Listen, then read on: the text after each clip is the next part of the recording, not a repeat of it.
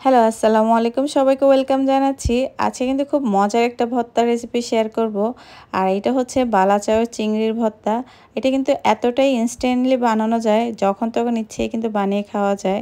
আর এখানে কিন্তু আমি যে কিংসের যে ব্র্যান্ডের চিংড়ির বালাচাওটা রয়েছে সেটাই কিন্তু নিয়েছি।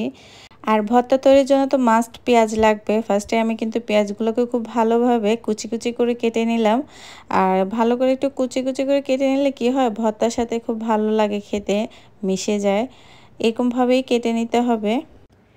এখন ৩টে কাঁচামরিচ কেটে নিব। আর এই কাঁচামরিচগুলো খুব ভালোভাবে কুচি করে কেটে নিতে হবে, কারণ ভর্তার সাথে কিন্তু কুচি করা কাঁচামরিচই ভালো লাগে খেতে।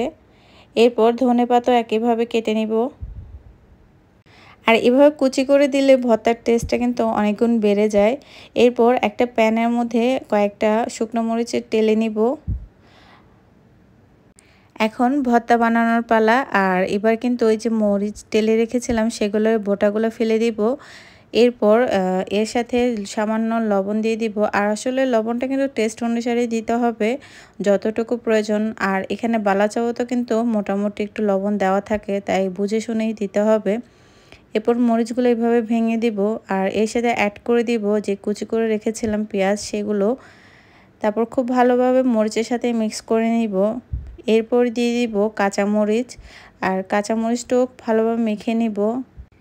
এরপর দিয়ে দিব সরিষার তেল। আর সরিষার তেলটা দিলে কিন্তু যে ভর্তার আসল টেস্টটা সেটা পাওয়া যায়। এখন দিয়ে দিলাম কুচি করে রাখা যে ধনেপাতা ছিল সেগুলো। আর এবার বালাচাও মিক্স করার পালা।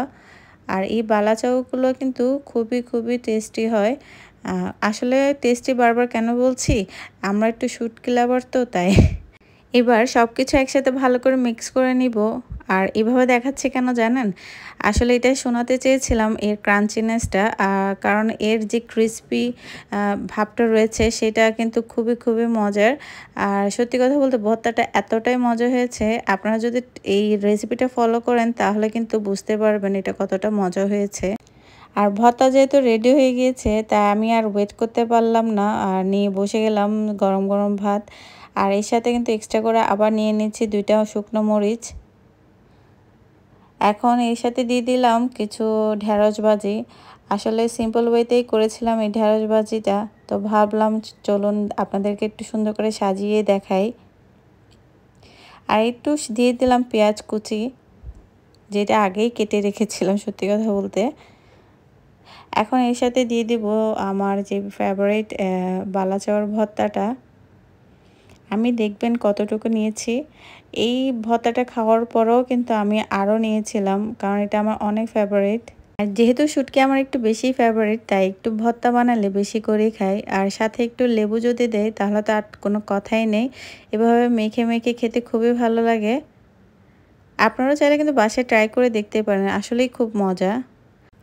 এবার ঢেঁড়স ভাজির সাথেও কিন্তু মিক্স করে খেলাম, খুবই ভালো লাগলো। আর সবাইকে অনেক থ্যাংক ইউ এতক্ষণ আমার সাথে থাকার জন্য।